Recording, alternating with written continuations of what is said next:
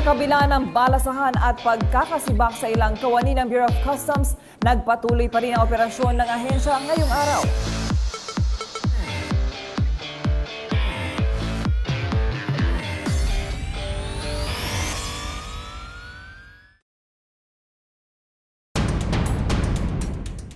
Good day and welcome to Pros and Cons, where we ask the hard questions and you decide which side of the truth you would choose to believe. The Bureau of Customs is under a lot of criticism, mostly regarding corruption and smuggling. The Senate is looking into privatizing most of the functions of customs to stop the spread of corrupt practices. On the other hand, the government has ordered a military takeover to strengthen its law enforcement capabilities and as a deterrent to smugglers. Today, in Pros and Cons, we raise the question, can corruption be curbed with the privatization of the Bureau of Customs? Is a military option a sound measure to stop smuggling? And what will it take to stop corruption in the Customs Bureau? I'm Undersecretary Joel C. Egco, your moderator for the day. We have to admit the Bureau of Customs has a bad reputation right now because of rampant reports of corruption in the agency. We now have two options. First, let the military lend a hand in customs, or second, privatize the agency to change its environment altogether. So today, we are very lucky to have with us po si Atty. Well, let's start with the lady, you know. Si Miss Mary Zapata muna. She is the president of the Aduana Business Club Incorporated and vice president of Confederation of Truckers Association of the Philippines. Kumusta po, ma'am? Okay lang. Good afternoon. Magandang hapon sa lahat. Kumusta po ang inyong yung Aduana Business Club po is a club of mga brokers or brokers, truckers, forwarders, and some importers. All right. Sige, mamaya balikan po natin 'yan. And of course, ito na po si Atty. Erastus Sandino, B. Austria. Siya po ang spokesperson ng Bureau of Customs. Welcome to the show, Attorney. And I'm very excited to have you here with us today because I'm going to ask a lot of questions na makakatulong sa ating mga kababayan. So, how's the BOC right now? Good, doing good, sir. Thank you for having me. Corrupt ba talaga ang customs? Well, that's a very complicated question, sir. Pero isa lang, simple lang naman ang sagot dyan. Yes, we have problems there. Mangunguna na po ang Bureau of Customs in acknowledging that the agency really has problems and there are issues that need to be resolved. And under the administration of President Duterte, this has been the drive of the three commissioners that have already served under his pleasure. All right. So, yung issue ng privatization, do you think, yung makakasolve talaga ng problema, ma-wipe out ang corruption problem dyan sa Bureau? Well, sir, let's talk about the privatization. I think this has been a question there has been a debate about it na medyo matagal na rin, no? Hindi lang dahil dito sa recent controversies na hinaharap ng Bureau of Customs. Pag ikinumpara po kasi natin yung customs administration natin sa Pilipinas with our contemporaries abroad, halos lahat po ay government po na controlled ang kanilang customs administration. No? So very few, I think there are just a handful that have decided to outsource yung kanilang customs functions. The reason why we are advocating a solely government-controlled customs administration is simple. And that is because sovereign po ang functions na ginagawa ng ating Bureau of Customs. Ang pagkokolekta natin ng buwis at saka pagbabantay ng ating border, no? At saka yung trade facilitation. So ito po yung tatlong primary functions or mandate ng Bureau of Customs na dapat ang gobyerno po mismo ang gumagawa. The power of taxation, for example, exists even without any constitutional provision saying so. No? So it is an inherent power of the state. At the BOC is one of the two primary agencies that is tasked by our national government. The other agency is BIR. BIR, yung sister agency of the Bureau of Customs, to raise revenues for our national government and all of its instrumentalities. Thank you for that. Ma'am Mary, I understand you are also against privatizing the Bureau of Customs. All the systems are in place. Andun na lahat eh. People, sistema, computerization. It's a matter of, I think, just letting go Kasi on my personal note, somebody has to be an administrator rather than enforcer being at the customs. Okay. Customs administration dapat. Dapat no? po. Hindi tariff and enforcement. In the administration, in place na yung tariff. Kasama na eh. Nandyan po yun. Hindi po yung lagi pang parang enforce. The customs should be managed. So if the systems are all in place, Yes. yun nga po, saan ang problema? Administration? Or Probably. Is there a problem with how people there are running the show, something like that? As admitted by our spokesperson from the customs, something wrong with the administration probably. Not all. There is a perfect side of it and there is some sort of shortcomings. But there's no such thing as a perfect operations. But Is there still hope? yes. Given the present, the status quo, Yes. may pag-asa. Malaki. All right. So I'll get back to you po, Atty. I'll also get back to you. Thank you to both of our guests. When we return, we'll discuss the problems in the Bureau of Customs and whether privatization can solve them. We'll be right back.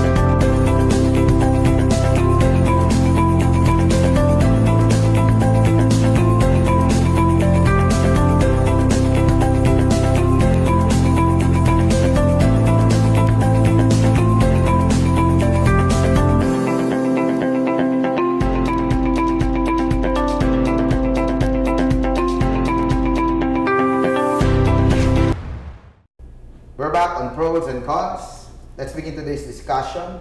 Let's continue yung pinag-uusapan po natin kanina. Ano ba talaga ang role ng mga military doon sa customs ngayon? Well, recently, the Bureau of Customs, led by Commissioner Guerrero, signed a memorandum of agreement with the Armed Forces of the Philippines Chief of Staff General Galvez at saka yung Commodore po ng ating Philippine Coast Guard, precisely and simply to augment the capabilities ng Bureau of Customs natin. But operations-wise will still be handled by our customs organic personnel. So, yung pagpasok ng military at Coast Guard, it addressed what particular issue of concern that time? Ito po yung common natin na concern ng tatlong ahensya, ng tatlong organizations which are in our mandates din naman, no? Dahil ang Philippine Coast Guard is mandated to assist the Bureau of Customs insofar as the enforcement ng ating tariff and customs laws. Si Armed Forces of the Philippines naman sa kanilang modernization program as well. Sila po ay mandated to give assistance to other government agencies din po. So dito po and following the powers of the President as the Commander-in-Chief and as the head of all executive departments, that is why he has deemed it best that the Bureau of Customs capabilities be augmented by our Philippine Coast Guard and the Armed Forces of the Philippines. So that addresses basically enforcement. Diba? Yes, Pero, our common anti-smuggling natin na concern, no? right. To curb corruption. Ito po how yung much are we mga... losing due to smuggling right now? Dati sobrang laki running into billions eh. Do we have estimates now? Well, it's difficult to quantify it right now kasi truth be told, the vast majority ng ating transactions in the Bureau of Customs are already zero-rated dahil ito yung movement talaga globally, no?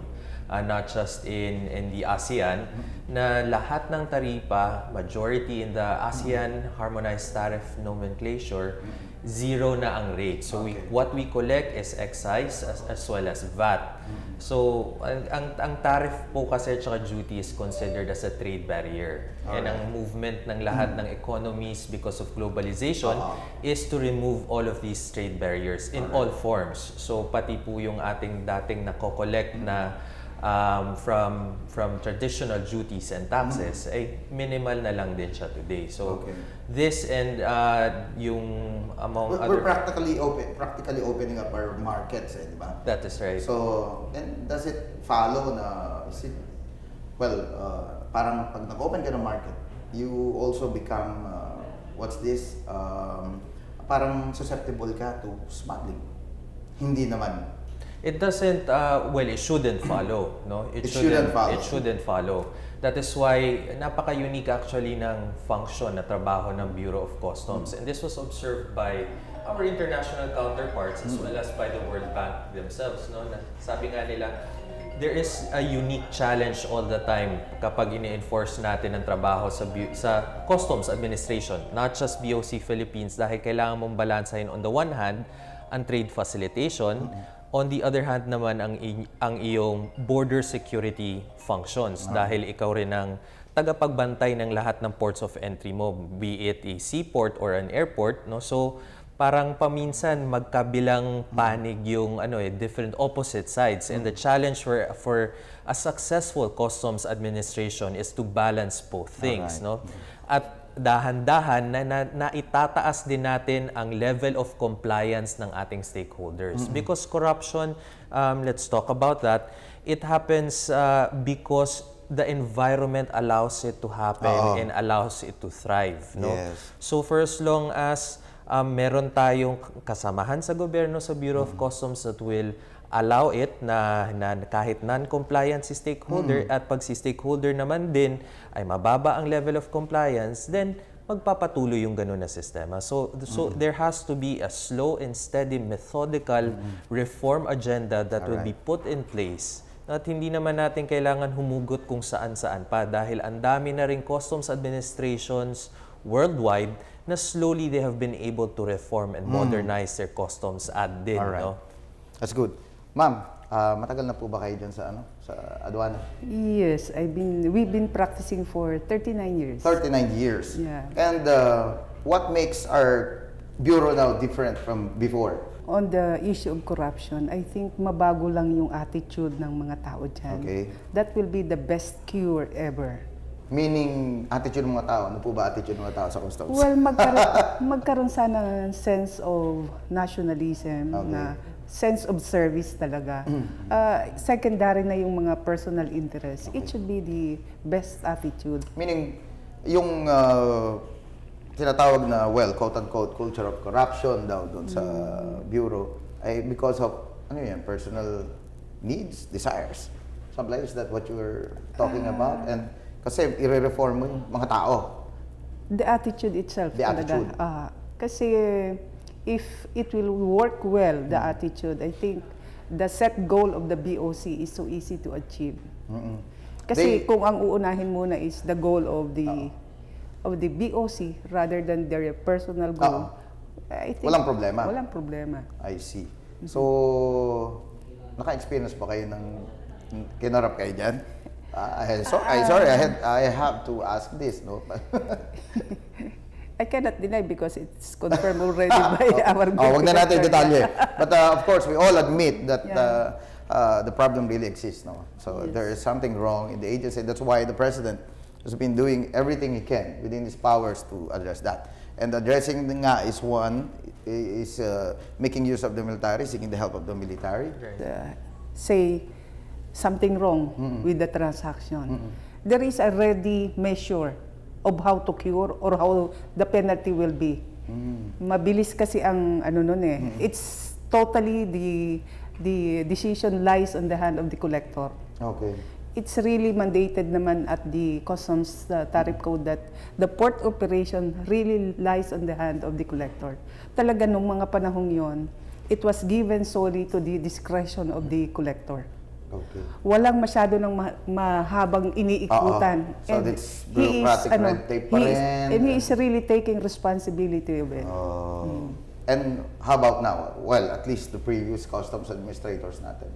Are they doing the same or magkaiba naman yung diskarte? Siyempre, ibang hari, ibang ugali. Siyempre, kanya-kanyang ano Oo yan nga. kanya-kanyang choice of administration. But we being the transacting public, talaga kami naman, ang gusto lang namin, we can easily release our cargo on time. We will not be subjected to a lot Yes. of scrutiny or run around. We're happy And you about pay the right fees naman Yes, no? we are So, subjected to... saan kayo karaniwan na, ito. Saan karaniwan nagkakaroon ng naisnag, kumbaga, nababalaho ang transaction? Pagdating from the country of origin, saan na nababalaho pagdating sa customs? Kasi yun nga yung pinag-uusapan namin earlier ni Collector kanina. Kasi nga, nag-o-overlap sometimes. Hindi define yung kanya-kanyang responsibility. During past days, na-establish namin yun with several collector. Police, CIIS, has nothing to do with evaluation. Okay. They have something to do with misdeclaration and over-quantity. Okay. And valuation lies solely on the hand of the assessment people. Okay. Ngayon kasi, pakialaman eh. Ayun, okay. So, natumbok. Okay, so natumbok natin. Ang problema ngayon dyan sa Bureau is yung pakialaman. What are we doing now, Attorney, to address that problem? Pagdating dun sa overlapping naman nga na functions, no, I Yan, understand exactly oo. yung sinasabi ni Ma'am dahil Doon daw nagkakabuhol-buhol eh. yes, bilang district collector, that is precisely the things that you should manage, no, in your area of responsibility to make sure that each operational unit that is under your operational control will focus on the mandate that is given to them. So you have kasi three primary groups in every collection district. You have assessment, operations, and administration. Then you have your support units, no, the customs police, the X-ray personnel, the customs intelligence, and the management information and systems technology group. So all of these support units, kahit meron silang kanilang directors as well as deputy commissioners, no, and they have their own line, so to speak, to the hierarchy, they're under the operational control of the district collector. district collector. What is good now, no, during the time of Commissioner La Peña, and I believe during the time of Commissioner Faldon, and reiterated further by Commissioner Guerrero today, no, na lahat nga na ito commander on the ground si district collector. Right. So Sige. all of them should follow the operational control of the district collector. Attorney, of the port. I am going to ask you, ano yung mga reforms ngayon na ginagawa ni Commissioner Guerrero? But before you answer that, no, let's take a short break muna. And when we return, we'll check out what netizens are saying about today's issue. So don't go away.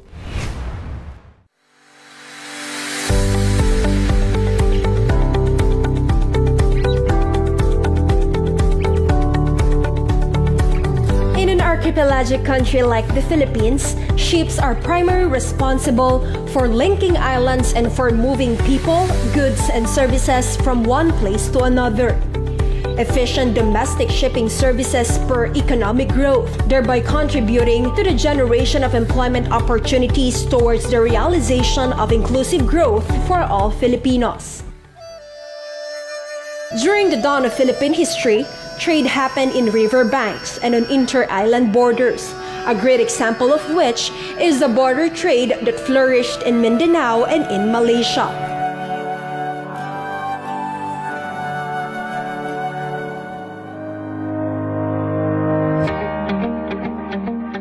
The Maritime Industry Authority, or the Marina, is responsible for the regulation, development, supervision, and promotion of the domestic shipping industry. This is to ensure that people reach their destination safely and commodities reach their market swiftly to be sold at the most competitive prices. The Marina's Domestic Shipping Service, or DSS, is mainly tasked to implement the progressive development and the modernization of the country's domestic shipping industry. This is done through the evaluation of the performance of shipping companies in relation to their services to the passengers and the management of the acquisition of ships for domestic trading and fishing operations. The development of routes, zones, and areas of operations towards an integrated sea transport network is also in the hands of the DSS by identifying viable trade routes for line vessels, passenger ferries, and ro-ro ships, among others. Stakeholder consultations are also regularly conducted to ensure that the quality and efficiency of domestic shipping services are maintained despite constant challenges in the industry. With the proactive leadership of the Marinas DSS, the domestic shipping trade in the Philippines has experienced a steady growth in the past years. The service sector takes pride in the increased number of Philippine-registered vessels utilized for domestic shipping, from approximately 31,000 in 2016 to almost 33,500 in 2017. Ro-ro traffic also increased by 6.4%, from 1.2 million to more than 1.3 million in just a span of a year. And the recorded revenue performance of the domestic shipping industry grew by 7.24%, hitting at 15.35 billion pesos in 2017 from the 13.23 billion pesos in 2016. This positive data encouraged the Marina to come up with long-term programs to further enhance the industry and make the Philippine domestic shipping trade nationally integrated and globally competitive. One of the priority projects of the Marinas DSS is the modernization and transformation of the Philippine merchant fleet. To date, the Marina has issued policies on the age and size restrictions on the importation of passenger ships and the availment of a 12% VAT exemption for the importation of ships as well as its spare parts. The development of the Philippine nautical highway system is also a major agenda of the Marinas DSS, as it is indispensable for more economical, safer, and more efficient inter-island transport and the entire domestic shipping services in general. The ro-ro terminal system, which is an integrated network of highway and vehicular ferry routes, will connect major islands of Luzon, Visayas, and Mindanao. This 919-kilometer nautical highway will make travel time around the Philippine archipelago to more or less 17 hours. The domestic shipping service also intensified its mobile registration, licensing, documentation, and franchising of motor bangkas and fishing boats below 35 GT. To top it off, information campaigns on the upgrading of motor bangkas to fiber-reinforced plastic boats are ongoing since mid-2018. This is to inform and educate stakeholders on the advantages and benefits of domestic modernization program.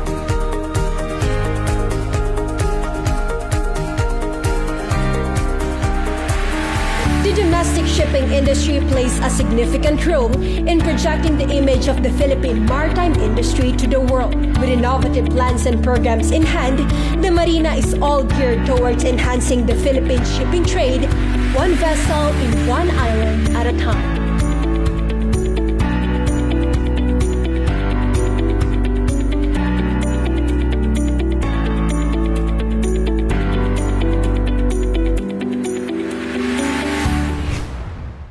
You're still watching Pros and Cons, and we're talking about the proposed privatization of customs, which, by the way, none of us like. And sharing our view, alam niyo po, meron tayong poll question. Mapipigilan ba ang korapsyon kapag sinapribado ang pagpapatakbo sa Bureau of Customs? And I'd like to read mga three comments from our followers. No? The first is from Yay Garnica. According to Yay, corruption exists because of unscrupulous private individuals / companies. Kay Eddie Makapulay naman, ang sabi niya, if the sitting president is not corrupt, sincere, and has the courage and political will to lead the country like Duterte, the BOC is best be controlled by the government. So still, government pa rin. Si Ronald Ong, computerization and submission of customs inspection and declaration from origin country, as well as creation of a separate department, sabi niya, close open parenthesis, under the NBI and not under customs, yung separate department daw, for lifestyle check that would investigate each employee's SALN sa bureau. So parang ito yung additional safeguard siguro na sinasabi niya para mabantayan yung na wag mo unahin sarili mo, just like what you said po. Ano yung mga reform measures na in the pipeline now under the watch of our new Commissioner Guerrero? Kagaya nga na nabanggit ni Ma'am Mary kanina na administrator, no, na mahusay na administrator ang kailangan natin sa Bureau of Customs. All other aspects naman po pagdating sa ating enforcement and border security natin na functions ng Bureau of Customs, siguro mas maganda if we do not elaborate so much about yung plans and programs of the Bureau of Customs so as not to thwart the effort of the government then against elements who wish to commit fraud against the Bureau of Customs and the government. To avoid overlap, kasi sabi nga po natin, dahil maraming functions, nag-overlap. Hindi kaya maging problema yon with the entry of the Coast Guard, halimbawa, and the AFP, or very, yung function nila ay delineated naman, well identified, no? So sa enforcement kayo, enforcement.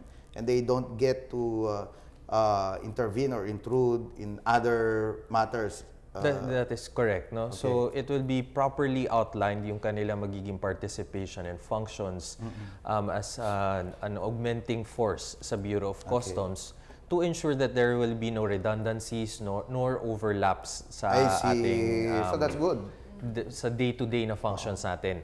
Sinabi ni Commissioner Guerrero that the primary focus nung pagdating niya no, during the transition is that there should be minimal to at the very best no disruptions sa operations ng Bureau of Customs and during the transition. And the armed forces and coast armed forces na lang, they are there to ensure that, to avoid the complexities or problems of ito na nga yung overlapping. So enforcement sila eh. Ito trabaho mo, attorney. Ito trabaho mo, Ma'am Mary.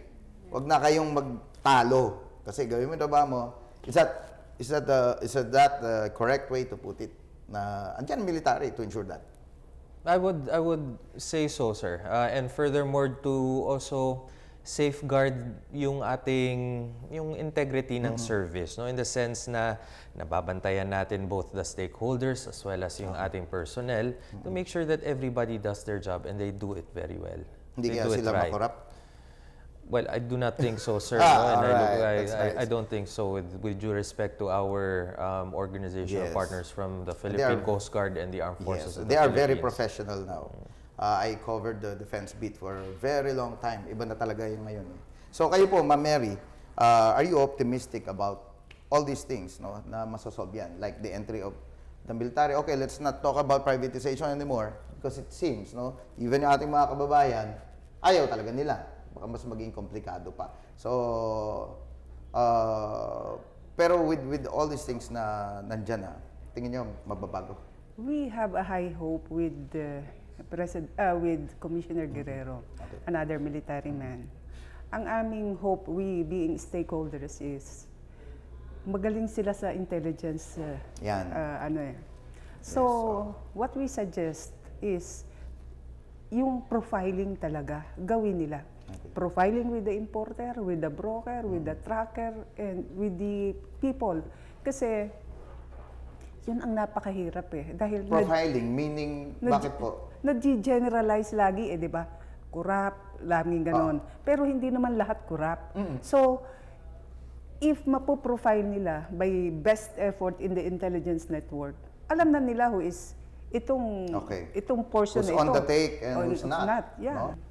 Pagka ang regulation is masyadong pahirap, yun yung nakaka-invite of something else. Kumbaga, alam mo, ingenious yung ibang tao. Mahirap duman dyan, dito tayo umikot. Something like that. And eventually, magagawa yung kasi gusto dati nilang naman mangyari. yun eh. Walang ganyan eh. During even nung Marcos time, yung... Mas mahirap po ba ngayon, yung sinasabi ninyo na yan, mga guidelines? Yes. Mas mahirap Napakahirap. daw. It's very hard And to it contributes to, in your opinion, it contributes to the problem of corruption, yung mahihirap na ganyan? Hindi, yung nakaka-hamper. Nakaka-hamper sa Flow. At saka yung the invitation for everybody to bring in what is needed here directly to themselves, nagkukonduit pa sila. So, humahaba yung proseso. Yes, please. Best solution to this really is to incentivize yung ating compliant na stakeholders. Okay. No? Kasi kagaya na sinabi ni Ma'am Mary na if everybody is being generalized and the same, kumbaga parang punitive action or parusa ay ibibigay mo sa lahat, no? Blanket. At then you do not have any reward na lang, so to speak, to follow the policy. So kailangan yun nga yung pinag-uusapan ng BOC to incentivize our Compliant stakeholders, no? And then slowly weed out itong ating mga non-compliant. Okay. Kaya din naman na although we understand yung ano ng private sector na stringent at mahirap, but soon enough if we strike a balance between both itong ang pag-incentivize natin ng compliant natin na stakeholders and slowly weeding them out, then we resolve the problem with finality na hindi nagpo-proliferate yung consignees for hire na sinasabi ni Ma'am na problema, no? Because mahirap ang proseso ng pag-import sa ating bansa. That is why conduits are being used. All right. So there you have it, folks. Straight from the shoulder and right on the money. So at this juncture, I'd like to ask our guests, no, for your closing statements po. Unahin uli natin ang ating lady to my right. We want BOC to remain at the control of the government. Thank you. Very brief and concise and meaningful. Attorney, your closing statement. I think the best solution is to further empower and improve yung ating customs administration dito sa Bureau of Customs natin, and we're doing that, no? BOC has come a long way and asahan po natin na patuloy ang magiging improvement nitong Bureau of Customs. Alright. So we are all positive, no? We are all optimistic na something good will happen in the near future at POC. So thank you, Ms. Mary Zapata and Attorney Erastus Sandino, Austria, the spokesperson of the Bureau of Customs. We appreciate your being here on the show. Tune in again next week as we discuss another hot and controversial issue. For your comments, suggestions, and questions, visit our Facebook page and the PNA website. You may be for or against, you may agree or disagree. In the end, we're all Filipinos working towards the same goals. Will you choose what's right, or will you stay on your side of the truth? Once again, this is Undersecretary Joel C. Egco. Thank you, and see you on the next episode of Pros and Cons.